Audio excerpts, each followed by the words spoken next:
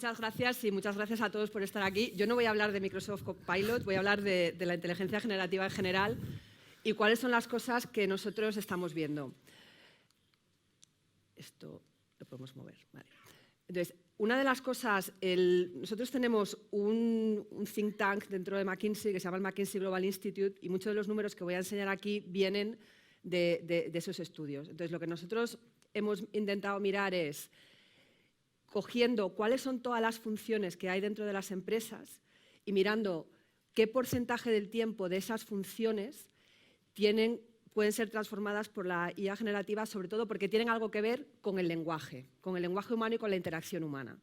Y es un poco como hemos llegado a este número. Si veis, lo vamos a seguir viendo durante el resto de la sesión, todas las funciones pueden ser transformadas por la IA generativa. Vemos muchísima transformación en ventas y en marketing, y lo vamos a ver en un momento. Por supuesto, en toda la parte de desarrollo de software y en ingeniería. Temas de desarrollo de producto, vamos a ver un caso muy chulo de cómo en Pharma están utilizando la inteligencia generativa para poder desarrollar nuevas moléculas. Y luego en todo lo que son servicio al cliente, interacción con el cliente, tanto por la parte comercial como en la parte técnica, tanto en nivel 1 como en nivel 2. Esto para nosotros nos parece que es una gran oportunidad. Antonio ha estado comentando que todos los managers ven que el foco fundamental de esto es un aumento de la productividad. Nosotros también creemos eso y además creemos que tenemos un reto enorme en Europa con el tema de la productividad. Y pensando en el tema de los puestos de trabajo, de aquí al 2030, con el envejecimiento de la población, el 2030 está a la vuelta de la esquina, con el envejecimiento de la población en Europa vamos a perder más de 30 millones de puestos de trabajo, de personas porque van a salir de la edad de trabajo, van a estar por encima de los 65 años. Con lo cual, la fuerza laboral se va a reducir. Y si no somos capaces de aumentar la productividad de la gente que tenemos, pues vamos a tener realmente un problema de cómo somos capaces de continuar con todas las actividades que están haciendo ahora. Con lo cual, para nosotros esto es un imperativo y es una oportunidad también para que desde Europa tomemos la iniciativa en la implantación de todas estas tecnologías. Y esto sucede en todas las industrias. El informe que nosotros hemos hecho, lo hemos hecho realmente industria por industria. Yo aquí os diría que si tecnología tiene mucho más impacto que agricultura, no es porque el porcentaje de impacto sea mayor, que es algo mayor, pero no significativamente mayor, sino porque el tamaño de esa industria es mucho más pequeña. Pero cuando miras a nivel de impacto, estoy viendo muchas fotos, esto se puede, luego Antonio, no sé dónde estás, lo podéis también poner en la web.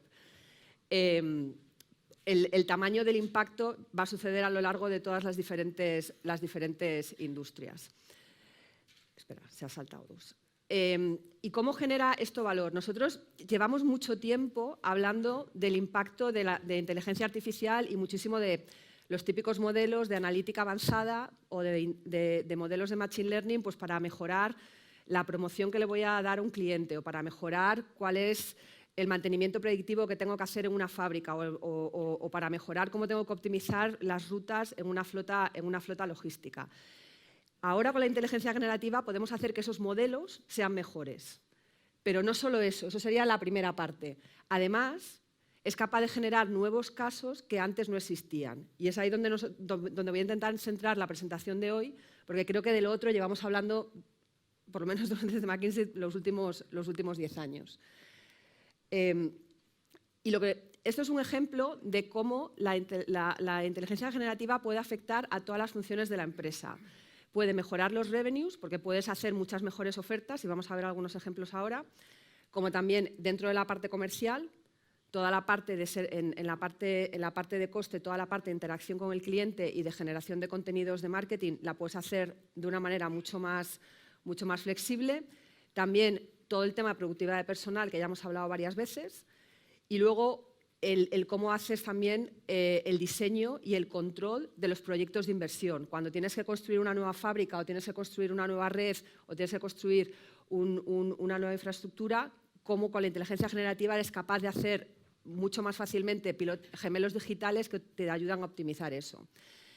Pero, como ha dicho Antonio, esto es una transformación, esto es mucho más complicado que la tecnología. En casi todos los casos, la tecnología siempre va por delante de lo que luego nosotros somos capaces de hacer en las organizaciones. Y lo que nosotros vemos es que esto es mucho más fácil que la analítica avanzada o la analítica de Machine Learning, que llevamos hablando muchos años, pero también es mucho más difícil. Entonces, ¿por qué es mucho más fácil?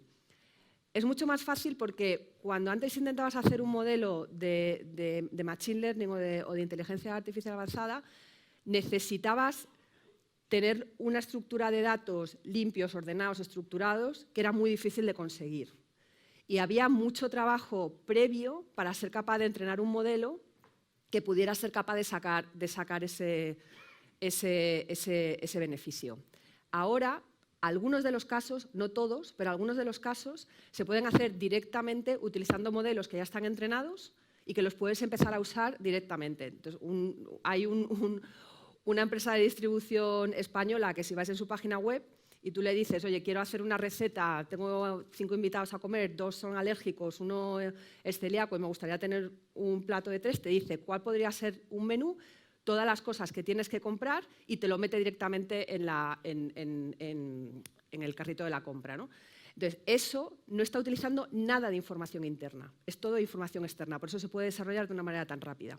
Entonces, hay cosas que se pueden hacer mucho más rápida que con la inteligencia artificial tradicional, pero también hay otras cosas que son mucho más difíciles. Una de las cosas que son más difíciles es la parte del impacto que esto tiene en procesos. Antes, cuando con la inteligencia artificial tradicional hacías un modelo para optimizar el precio que le ibas a ofrecer a un cliente, tu proceso comercial no cambiaba en absoluto. El operador que estaba llamando al cliente para ofrecerle tenía un precio que era distinto y que sorprendentemente pues, tenía mayor tasa de éxito. Pero el trabajo del operador en su día a día no cambiaba en absoluto.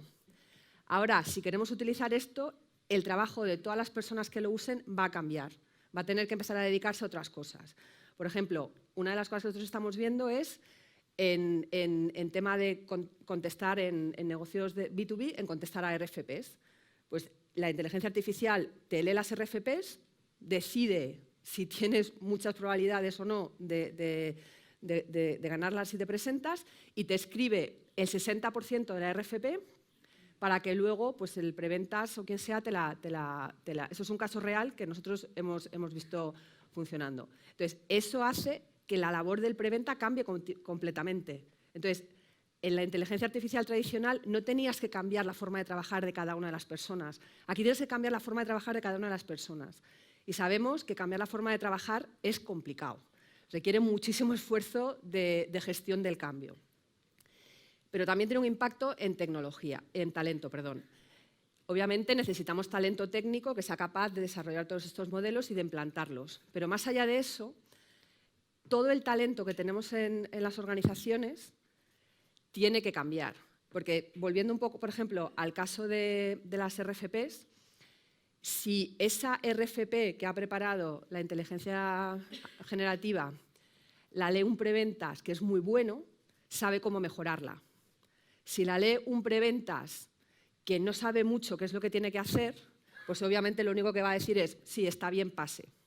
Y esto lo vemos aplicado a casos en legal, a casos en marketing, a casos en resolución de problemas técnicos, con lo cual todo el mundo necesitamos no solamente que cambie su forma de trabajar, sino que además su nivel de capacidad dentro de su área, no en el área técnica, que también, pero dentro de su área, ya sea un área de marketing, ya sea un área legal, ya sea un área comercial, suba. Porque si no, no somos capaces de corregir y enseñar a la inteligencia generativa. Entonces, aquí para mí el mensaje es, esto tiene impacto en todas las áreas de la organización y es más fácil que lo que llevamos hablando mucho tiempo de inteligencia artificial tradicional, pero también es mucho más difícil por el nivel de gestión del cambio que va a requerir en toda la organización. Bueno, yo creo que esto lo podemos pasar por el tiempo. ¿Dónde tiene la inteligencia artificial mayor impacto en la inteligencia generativa? Nosotros hemos intentado resumirlo en las 4 Cs. Lo primero es en todo lo que necesitas tener una interacción con el cliente. Entonces, aquí, por ejemplo, tenemos casos donde un cliente llama a un servicio técnico, dice, oye, tengo un problema con mi coche es tal, y automáticamente la persona puede, dentro del mismo interfaz que estaba usando, puede escribir, oye, ¿cuál es la causa de fallo más común en este tipo de modelo cuando pasa esto? La inteligencia artificial lee todos los tickets que había y te dice cuál es la causa más frecuente. Y te lo dice en segundos.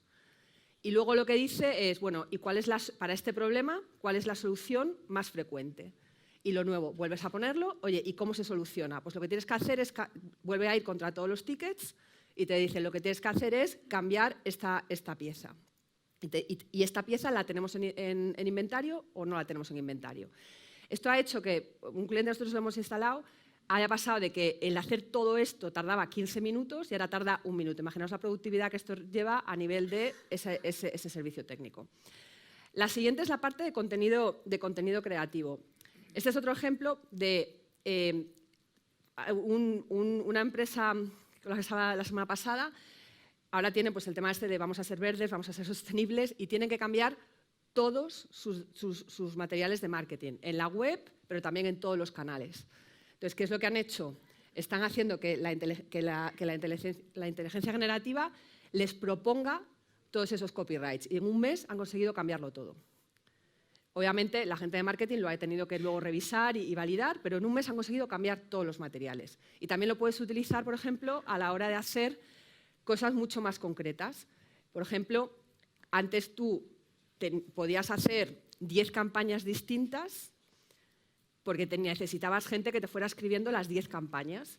Ahora eres capaz de hacer 1000 campañas distintas porque le das una serie de parámetros, este mismo mensaje, házmelo de una manera más asertiva, házmelo de una manera más coloquial, házmelo de una manera más graciosa, házmelo de una manera más amenazante, en plan de temas de seguridad.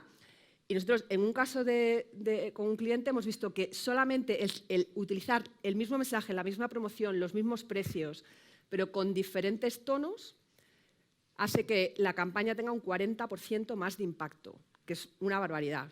Nunca habíamos visto nada parecido. La tercera es la parte de codificación.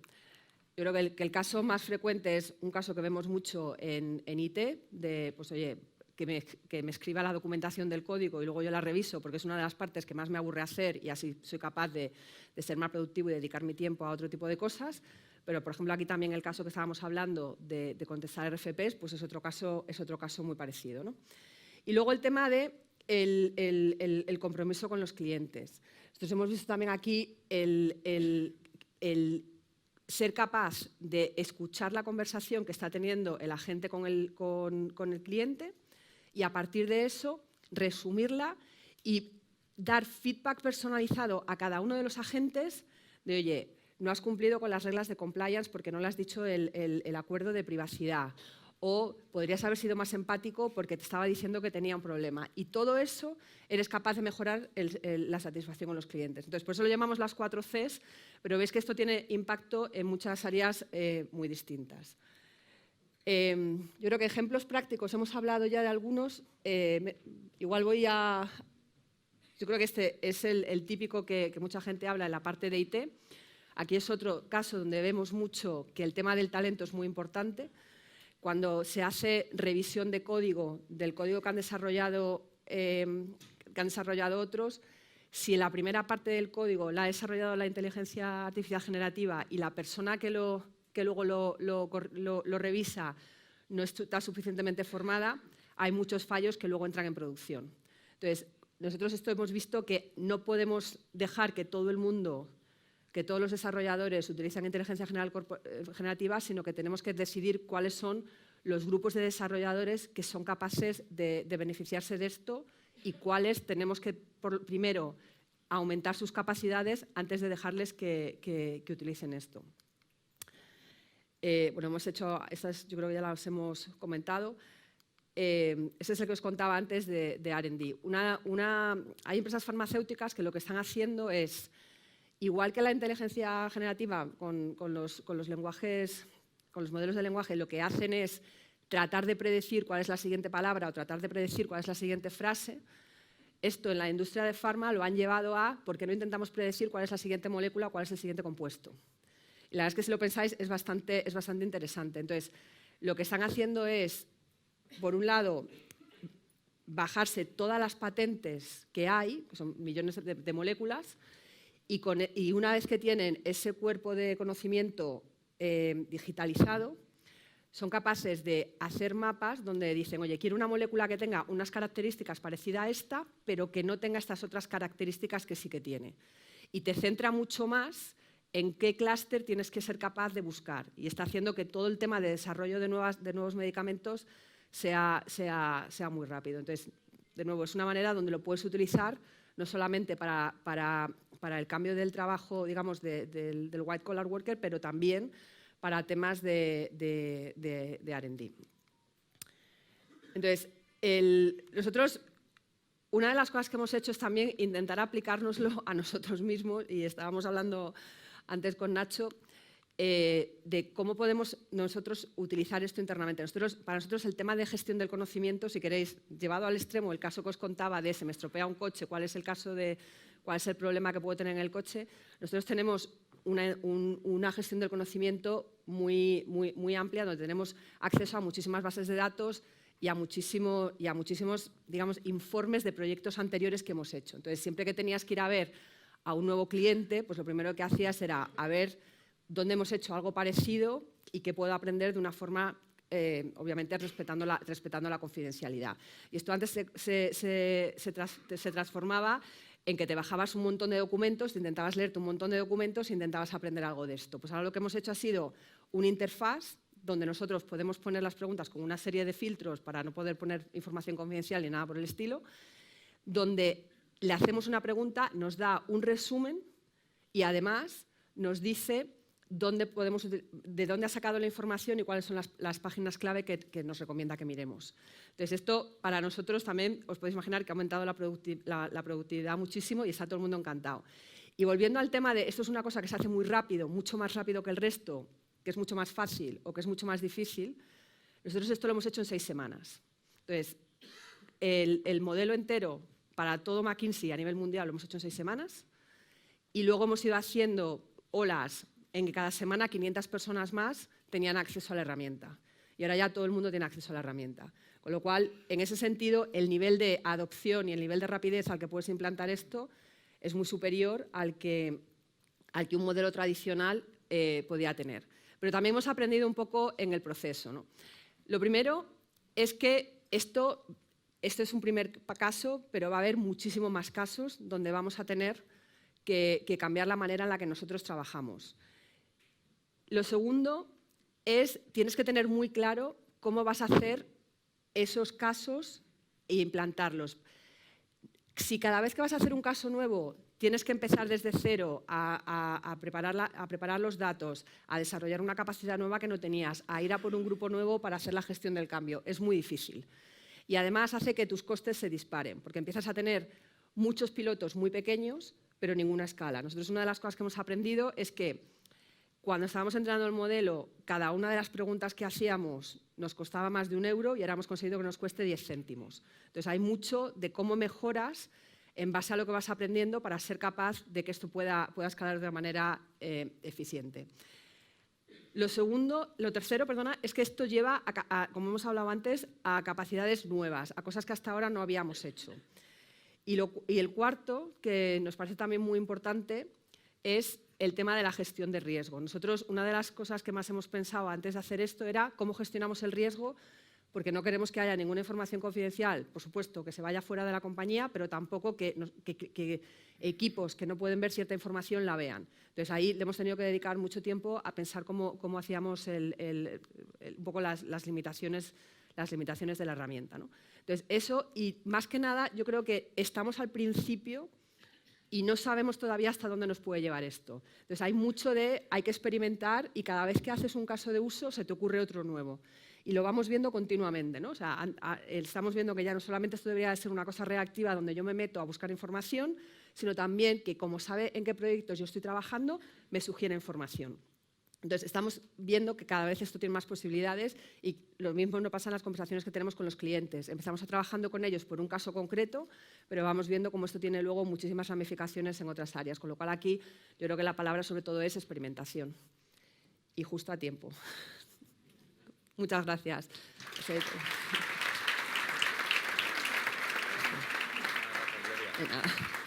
Pues muchísimas gracias a Gloria, porque además...